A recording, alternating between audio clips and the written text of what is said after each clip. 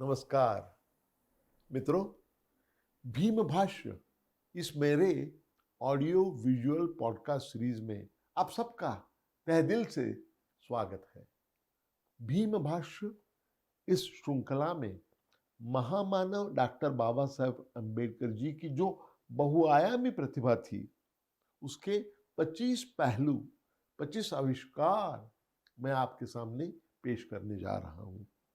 इस दृक श्रव्य श्रृंखला में करीबन 20 मिनट का एक ऐसे कुल मिला के 54 एपिसोड्स, 54 चरण इसमें शामिल है। और इस माध्यम से डॉक्टर बाबा साहेब अम्बेडकर जी के विचार, उनका कार्य, उनकी फलसफी और सबसे महत्वपूर्ण बात यह है कि उन्होंने हमारे देश के लिए जो सपना देखा था वो मैं आपके सामने पेश करने जा रहा हूं। तो चलिए आगे बढ़ते हैं। मित्रों, इस 36वें चरण में हमने जो पिछले चरण में जिस विषय की चर्चा शुरुआत की थी उसको ही हम आगे बढ़ाएंगे। वो विषय था डॉक्टर अंबेडकर जी का योगदान एक मानव वंश शास्त्री के रूप में। इस 36वें चरण में उसी को आगे बढ़ाते हुए उनका मानव वंश शास्त्र में और एक जो महान ग्रंथ उन्होंने लिखा था, डॉक्टर बाबा साहेब अम्बेडकर जी ने लिखा था, उसके बारे में हम बात करने जा रहे हैं। और इसका शीर्षक है the untouchables, who were they and why they became untouchables. अस्पृश्य कौन है और वो अस्पृश्य क्यों कहलाए गए हैं, ये उसका शीर्षक है। तो चलिए आगे बढ़ते हैं। डॉक्टर बाबा साहेब अम्बेडकर जी का ये जो ग्रंथ है वो उनका एक बहुत ही मूलगामी चिंतन है और ये पहली बार प्रकाशित हो गया वो अक्टूबर 1948 में। और ये ग्रंथ जो है वो उन्होंने अपनी अर्पण पत्रिका में लिखा है कि उन संतों को अर्पण किया गया है जिनके नाम उन्होंने दिए हैं नंदनार, रविदास और चोखा मेड़ा। ये जो संत थे, ये सारे, ये तीनों भी संत, ये अस्पृश्य समाज से उभर आए थे और उन्होंने उनकी धर्मपरायणता और सदाचार की वजह से उन्हें सबका गौरव प्राप्त हो गया। मैं जो आपके सामने पेश करने जा रहा हूं वो इस महान ग्रंथ का सारांश, और वो सारांश भी बहुत मर्यादित रूप में मैं आपके सामने पेश करने जा रहा हूं। सबसे पहले डॉक्टर बाबा साहेब अम्बेडकर जी अस्पृश्यता की जो संकल्पना है उसके बारे में बात करते हैं। वे कहते हैं कि अस्पृश्यता जो है वो अपवित्रीकरण, कलंक और मलिनता इनसे संबंधित है। हिंदू समाज व्यवस्था में अस्पृश्यता ये वंश परंपरागत रूप में सामने आती है और कुछ समाज के कुछ घटकों के लिए इसको अनुवांशिक किया गया है। और ऐसे जो समाज है, समाज के घटक है, उन सब की एक लिस्ट बनाकर 1935 में ब्रिटिश सरकार ने उसको प्रकाशित किया था। हिंदू समाज में ये जो अस्पृश्यता है इसकी कोई मिसाल नहीं है और इसमें जो अपवित्रता की संकल्पना है वो कायम रूप से है। ये जो अस्पृश्य है वो अपवित्र जन्म लेते हैं, जब वो जीते हैं तब भी वो अपवित्र रहते हैं, जब उनकी मृत्यु हो जाती है फिर भी वो अपवित्र रहते हैं, और वो जिन्हें जन्म देते हैं वो सारे बच्चे भी जन्मतः अस्पृश्यता का कलंक अपने माथे पर लगा के ही सामने आ जाते हैं। ये जो अस्पृश्यता है ये ऐसा कलंक है कि जिसको कोई भी धो नहीं सकता, कोई भी मिटा नहीं सकता। और इसमें और एक जो विशेषता है वो ये है कि अस्पृश्य और स्पृश्य ये दोनों को अलग अलग रखा गया है। ये जो अलगाव है ये उसका एक मूलभूत वैशिष्ट्य कहा जा सकता है। हिंदू समाज में जो अस्पृश्यता है उसकी मानवता के इतने बड़े इतिहास में कोई भी बराबरी नहीं कर सकता है। डॉक्टर अंबेडकर जी कहते हैं ये अस्पृश्य समाज जो है वो गांव के बाहर क्यों रहता है। शास्त्र ये कहता है कि जो अंत्य जो है उनको गांव के बाहर रहना चाहिए। अब सवाल ये उठता है कि ऐसी क्या बात हो गई या किसने अस्पृश्य समाज को गांवों के बाहर रखने के लिए मजबूर कर दिया। इसका स्पष्टीकरण देते हुए डॉक्टर बाबा साहेब अम्बेडकर जी कहते हैं ये जो प्राचीन भारतीय समाज था वो तो घुमंतू था और उनकी जो संपत्ति थी, धन दौलत थी, वो तो सिर्फ गाय भैंसों में, पशुओं में बसी हुई थी। और जब प्राचीन जनजातियों ने खेती करना, खेती की कला जब उन्हें अवगत हो गई, उनकी संपत्ति जो थी वो थोड़ी बदल गई। वो संपत्ति में फिर पशु रहते थे और जमीन ये उनकी संपत्ति बन गई। ये सारी जो जनजातियां थी, खेती करने की कला जब उन्हें अवगत हो गई तो कुछ जनजातियां उनका स्थायीकरण हो गया और एक ही जगह पर वो टिके रहे। ये जो सारी जनजातियां थी वो सबका स्थायीकरण एक ही समय नहीं हुआ। कुछ जनजातियों का स्थायीकरण पहले हुआ, कुछ जनजातियों का स्थायीकरण बाद में हो गया। और ये जो जनजातियां थी इनका आपस में तो बैर चलते आ रहा था और सदैव वो एक दूसरे का संघर्ष चल रहा था। अब जो घुमंतू जनजातियां थी उन्होंने एक बात उनके ध्यान में आ गई कि जो जनजातियां जिनका स्थायीकरण हो गया है उनके पास बहुत संपत्ति है, क्योंकि उनके पास पशु तो है ही, साथ ही साथ उनके पास जमीन है। तो बार बार ये जो घुमंतू जनजातियां थी वो हमला कर लेती थी जिनका स्थायीकरण हो गया है उन जनजातियों पर। और ये जो संघर्ष चल रहा था वो निरंतर चल रहा था। और इसमें एक बात जो हो गई वो ये कि कुछ जनजाति युद्ध में नष्ट हो गई, लेकिन पूरी तरह वो नष्ट प्राय नहीं हो गई। उनमें से कुछ लोग बच गए। उन्हें doctor Baba Saheb Ambedkar broken man कहते हैं। जो अस्थाई आबादी थी वो हो गई। ये सबके लिए चिंता का विषय ये था कि खान पान कहाँ से प्राप्त करें, अगर जरूरत पड़े तो अपना खुद का संरक्षण कैसे करें। ये सवाल उनके सामने ब्रोकन मैन जो थे, जो बिछड़ा हुआ समाज था, तो उनके सामने ये सवाल खड़े हो गए थे। तो बिल्कुल ही नैसर्गिक रूप से जिन जनजातियों का स्थायीकरण हुआ था उनमें और जो बिछड़े हुए गुट थे उनमें एक समझौता हो गया। और समझौता ये इस प्रकार का हो गया कि स्थायीकरण जिन जनजातियों का हो गया था उन्होंने कहा कि हम आपको खाने पीने की सुविधा देंगे और आपको रहने के लिए जगह देंगे, लेकिन इसके बदले आपको हमारा संरक्षण करना होगा।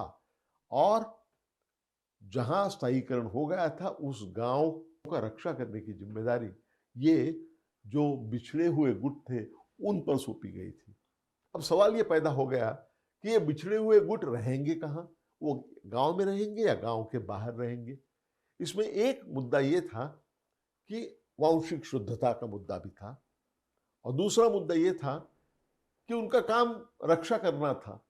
ये दोनों भी तरफ से देखा जाए तो सब लोगों ने ये उचित समझा कि ये जो ब्रोकन मैन है, बिछड़े हुए गुट है, उनको गांव के बाहर रहना होगा, क्योंकि उनको रक्षा करना है तो बाहर से ही कर सकते हैं, और उनको रहने के लिए निवास बाहर ही दिया जाएगा।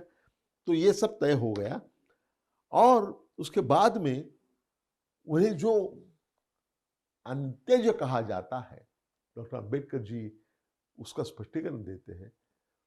अंत्यज, अंत्यज है वो अंत में, गांव के अंत में रहने वाला, इसीलिए उसको अंत्यज कहलाते हैं। यहां पर डॉक्टर बाबा साहेब अम्बेडकर जी जो थियरीज बताई गई थी अस्पृश्यता के बारे में, उसकी समीक्षा करते हैं। वो कहते हैं कि मिस्टर राइस नाम के जो बड़े एक्सपर्ट थे, जो मानववंश शास्त्री थे, उनका ये कहना है कि हमारे भारत देश पर 2 बार आक्रमण हो गया। पहला जो आक्रमण हो गया था वो द्रविड़ लोगों का आक्रमण था, और उन्होंने जो यहाँ के मूल निवासी थे, ये मूल निवासी जो यहाँ थे, वो आज जिन्हें अनटचेबल यानी कि अस्पृश्य कहा जाता है, उनके पुरखों में से थे। और ये पहला जो आक्रमण हो गया, उस आक्रमण में द्रविड़ लोगों ने आकर कब्जा कर लिया देश पर, और उन्होंने ये जो मूल निवासी थे उन्हें अस्पृश्य बना दिया। ये पहला आक्रमण। मिस्टर राइस की थियरी में दूसरा मुद्दा ये है कि उसके बाद में दूसरा आक्रमण हो गया। ये दूसरा आक्रमण जो हो गया वो आर्य लोगों ने किया हुआ आक्रमण। उन्होंने हमारे देश पर आक्रमण करके द्रविड़ लोगों को पराजित कर दिया और उन्हें बना दिया शूद्र। तो जो पहले मूल निवासी थे उन्हें पहले आक्रमण के बाद बनाया गया अस्पृश्य, और दूसरे आक्रमण के बाद में जो द्रविड़ लोग थे उन्हें किया गया शूद्र। ये संज्ञा उनको दे दी गई। मिस्टर राइस ने बताई हुई ये जो थियरी है, डॉक्टर बाबा साहेब अम्बेडकर कहते हैं कि ये थियरी जो है वो बिल्कुल यांत्रिक थियरी है, और ये केवल अनुमान है। बहुत ही कठिन, बहुत ही गहन विषय को बहुत ही सरलता से उसकी खोज की गई है। ये कदापि हो नहीं सकता। उन्होंने कहा कि ये जो थियरी है इसमें कुछ दम नहीं है। फिर डॉक्टर बाबा साहेब अम्बेडकर जी कहते हैं कि हमारे भारतीय समाज में 4 नाम बार बार आते हैं। पहला तो आर्य, दूसरा है द्रविड़, तीसरा है दास, चौथा है नाग। क्या ये 4 नाम के लोग 4 अलग अलग वंश के लोग थे? ये सवाल डॉक्टर बाबा साहेब अम्बेडकर जी कहते हैं, और कहते हैं कि आम तौर पर ऐसे माना जाता है कि ये 4 जो नाम है ये 4 वंशों के नाम हैं। डॉक्टर बाबा साहेब अम्बेडकर इससे बिल्कुल सहमत नहीं है। डॉक्टर अम्बेडकर जी कहते हैं कि हमें यह भी पता नहीं है कि जिन्हें आर्य कहते हैं, यह आर्य संकल्पना ये किसी वंश का निर्देश करती है या किसी और बात का निर्देश करती है। इतिहासकार जो है उन्हें यहां तक पता नहीं, उन्होंने तो ऐसे मान लिया है, ये उनका गृहीतक हो गया है कि ये आर्य जो लोग हैं वो एक विशिष्ट, अति विशिष्ट वंश के रूप में हमारे देश में है। इतिहासकारों ने और भी बड़ी गलती की है, डॉक्टर अंबेडकर जी कहते हैं, और वो ये है कि जो दास लोग थे और जो नाग लोग थे, ये दोनों में फर्क करने की बहुत बड़ी गलती इतिहासकारों ने की है। डॉक्टर अंबेडकर जी की राय में दास लोग और नाग लोग ये एक ही समाज है। जो दास शब्द है ये कहां से आता है? तो इंडो ईरानियन लिटरेचर का संदर्भ देते हुए डॉक्टर अंबेडकर जी कहते हैं कि नागों का एक बड़ा राजा हुआ करता था जिसका नाम था दाहक। ये दाहक नाम का जो राजा था नाग लोगों का, उसकी वजह से दास लोगों ने सारे नाग लोगों को उनके राजा के नाम से पुकारना शुरू किया, और ये दाहक जो शब्द था, राजा का नाम था, उसका भ्रष्ट जो रूप हो गया, संस्कृत में उसका जो रूप हो गया, वो हो गया दास। इसलिए नाग लोग और दास लोग इसमें कुछ भी फर्क नहीं है, ये उन्होंने कहा। आगे चलकर डॉक्टर अंबेडकर जी पूछते हैं कि फिर ये नाग लोग कौन है? ये जो नाग लोग है, तो ऋग्वेद का संदर्भ देते हुए डॉक्टर बाबा साहेब अंबेडकर जी कहते हैं कि ये बिल्कुल सही नहीं है कि नाग लोग ये मूल निवासी थे और वो जंगली लोग थे और वो अनसिविलाइज्ड, उनकी कोई संस्कृति नहीं थी। ये मानना बिल्कुल गलत है, और इसका आधार है डॉक्टर बाबा साहेब अम्बेडकर जी ने ऋग्वेद का संदर्भ देते हुए ये कहा है। और उन्होंने कहा है कि एक जमाना ऐसे था, एक काल ऐसे था, जहां भारत के बड़े भूभाग पर नाग लोग राज करते थे। तो वो तो असंस्कृत कभी नहीं कहलाए जा सकते। फिर डॉक्टर अंबेडकर जी पूछते, द्रविड़ लोग कौन है? माना जाता है आमतौर पर कि ये द्रविड़ लोग जो है, द्रविड़ और नाग ये दो अलग अलग प्रकार के लोग हैं, ऐसे माना जाता है। लेकिन वास्तविकता ये है, डॉक्टर अंबेडकर जी कहते हैं कि द्रविड़ और नाग ये दोनों अलग नहीं है, वो दोनों एक ही है। फिर अब सवाल ये उठता है कि अगर नाग और द्रविड़ एक ही है, तो फिर सिर्फ दक्षिण भारत में जो लोग हैं उन्हें क्यों द्रविड़ कहा जा सकता है, कहा जाता है? इसका स्पष्टीकरण देते हुए डॉक्टर अंबेडकर जी कहते हैं कि द्रविड़ ये जो शब्द है, ये संस्कृत में उसका मूल रूप है तामिल। तामिल ये शब्द जब संस्कृत में गया तो उसको शब्द दिया गया, प्रतिशब्द दिया गया द्रविड़। इसका मतलब है कि द्रविड़ ये कोई वंश का नाम नहीं है, ये अलग भाषा का नाम है। एक जमाना ऐसे था, डॉक्टर बाबा साहेब अम्बेडकर जी कहते हैं, कि पूरे भारतवर्ष में तमिल यही भाषा रहा करती थी, सारे नाग लोगों की भाषा यही रहा करती थी।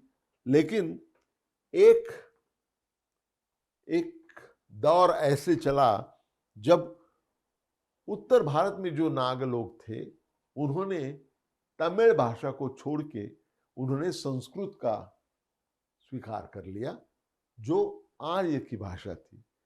इसीलिए नाग लोग जो उत्तर भारत में रहते हैं उन्हें द्रविड़ियन नहीं कहते हैं, उन्हें नाग ही कहते हैं। लेकिन दक्षिण भारत में जो नाग लोग हैं, जिन्होंने अपनी भाषा तमिल जिसको छोड़ा नहीं, उससे ही बंधे रहे, उन्हें द्रविड़ कहा जाता है। वास्तविकता ये है कि दोनों भी नागवंशीय ही है। इसका मतलब है कि नाग जो है, ये नाग और द्रविड़ ये भाषाओं का फर्क है, वांशिक भेद इन दोनों में बिल्कुल ही नहीं है। इसका मतलब ये है कि हमारे देश में ज्यादा से ज्यादा दो वंश है। एक तो वंश है आर्यों का और दूसरा वंश है नाग लोगों का। ये दो ही वंश हमारे भारतवर्ष में है, ये कहना है डॉक्टर बाबा साहेब अम्बेडकर जी का। और उन्होंने अपने स्पष्टीकरण की पुष्टि करने के लिए, उसको सिद्ध करने के लिए उन्होंने दो स्टडीज का उल्लेख किया है, संदर्भ दिया है। इसमें से पहला जो अभ्यास है उसका, वो महाराष्ट्र पर आधारित है, जो रीजले नाम के विद्वान ने किया था, और दूसरा जो स्टडी है पंजाब का स्टडी है, जो रोज नाम के विद्वान ने ये स्टडी की है। ये दोनों जो अभ्यास है, जो दोनों स्टडीज है, उसकी समीक्षा करते हुए डॉक्टर अंबेडकर जी ने कहा है कि ये दोनों ग्रंथ ये साबित कर देते हैं कि हमारे देश में अस्पृश्य और एक तरफ और आर्य और द्रविड़ दूसरी तरफ, ऐसा कोई भी वांशिक भेद इन दोनों में नहीं है।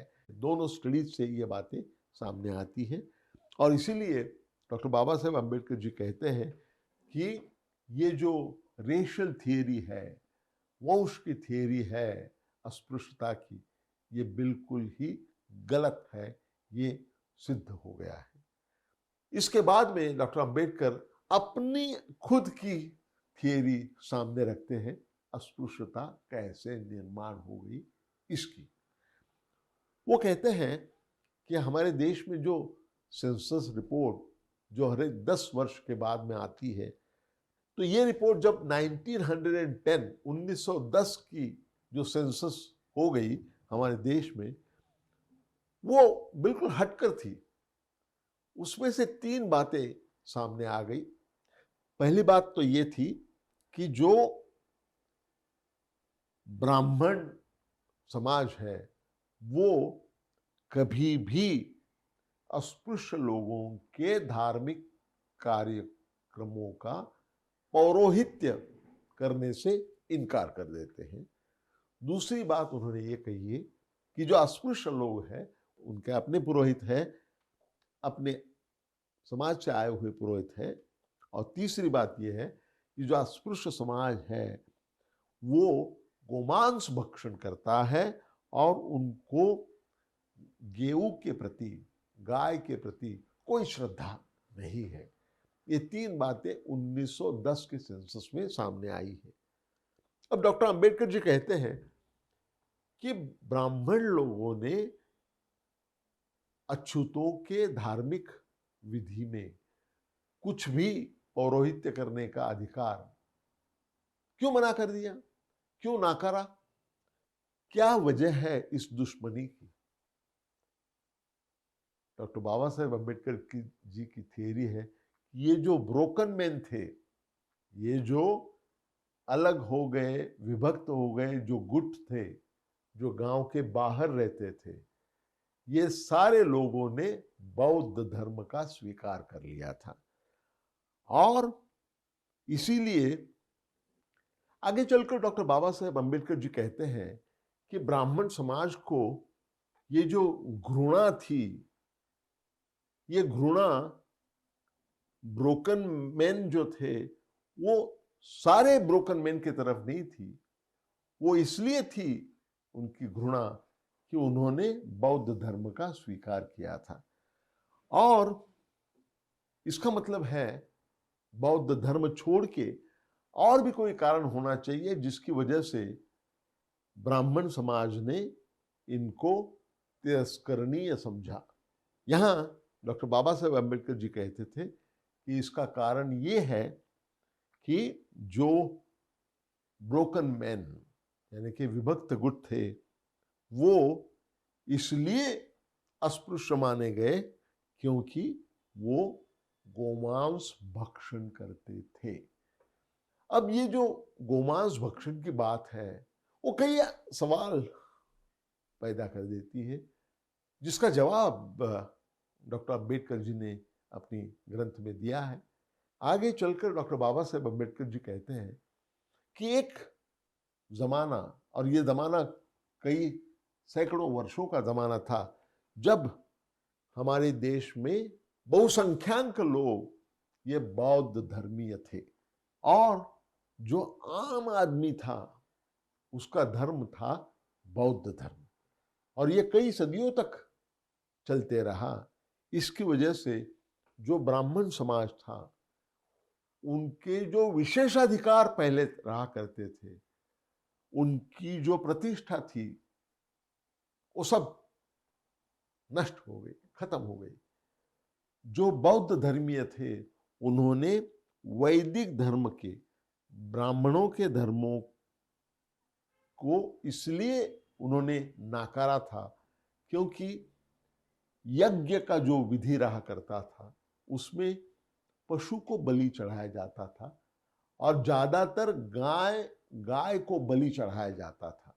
गाय को बलि चढ़ाना, ये बात जो आम आदमी था उसको बिल्कुल नहीं भाती थी, क्योंकि कृषि प्रधान समाज में गाय से उपयुक्त पशु और कौन हो सकता है। तो उनको इस बात से नफरत थी और इसीलिए वो बौद्ध धर्म की तरफ आकर्षित हो गए थे।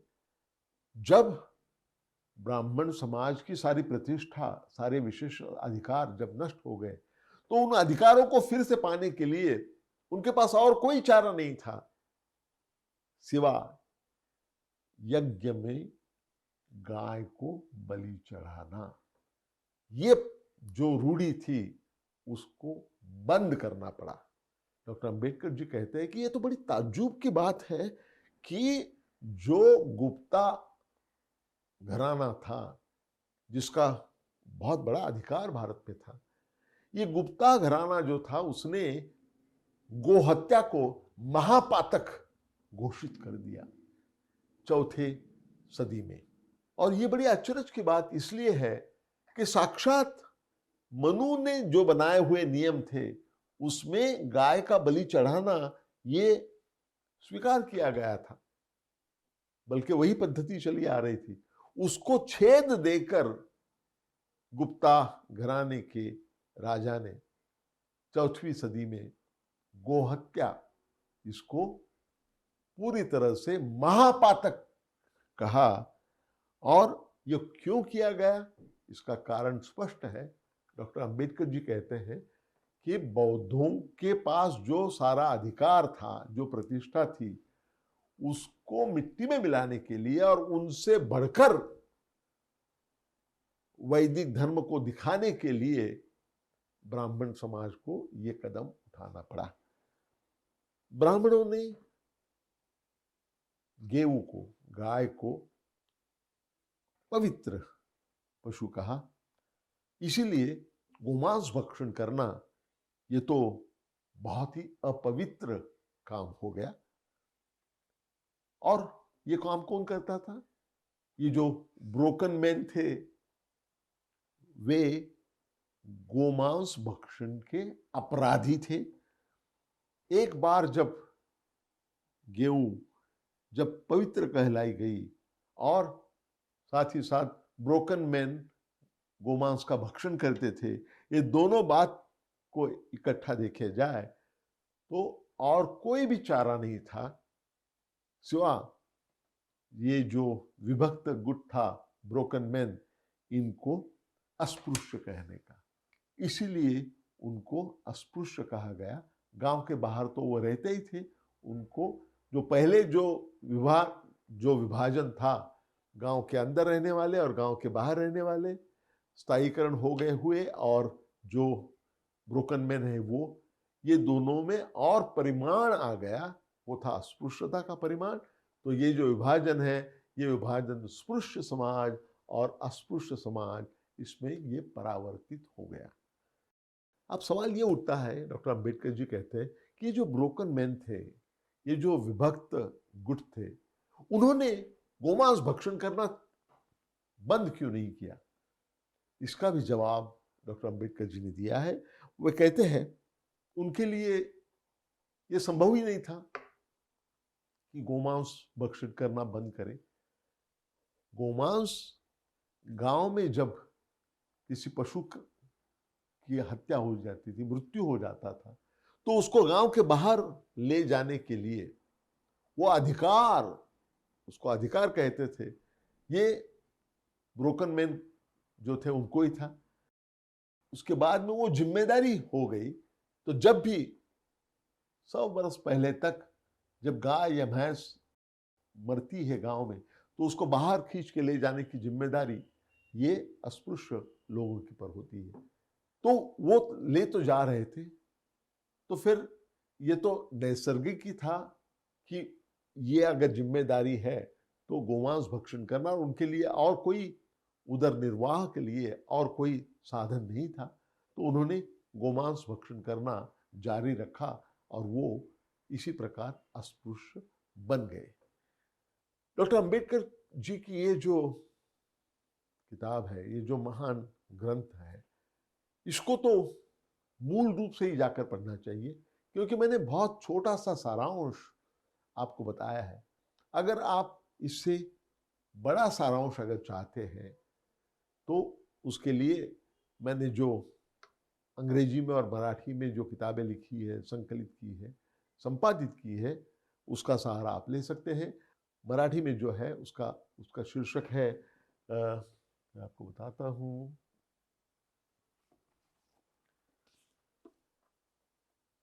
इस मेरे किताब में उसका आपको विस्तृत सारांश इसमें मिल सकता है। इसका शीर्षक है प्रज्ञा महामानवाची, और इसका अंग्रेजी जो रूप है वो है, इसमें ये 2 वॉल्यूम से डॉक्टर अंबेडकर राइट्स।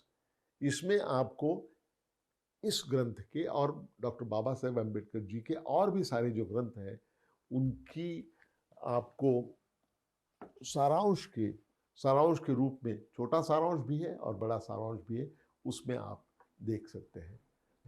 तो मित्रों, ये सत्र को, मेरी बात को यहीं पर विराम देते हैं। हम फिर मिलेंगे जल्द ही, लेकिन जाने से पहले मैं आपको बताना चाहता हूं कि अगर भीम भाष्य ये पॉडकास्ट सीरीज अगर आपको पसंद आती है, तो उसे आप लाइक कीजिए, उसे आप शेयर कीजिए, उसे आप सब्सक्राइब कीजिए। फिर मिलेंगे जल्द ही। धन्यवाद। नमस्कार।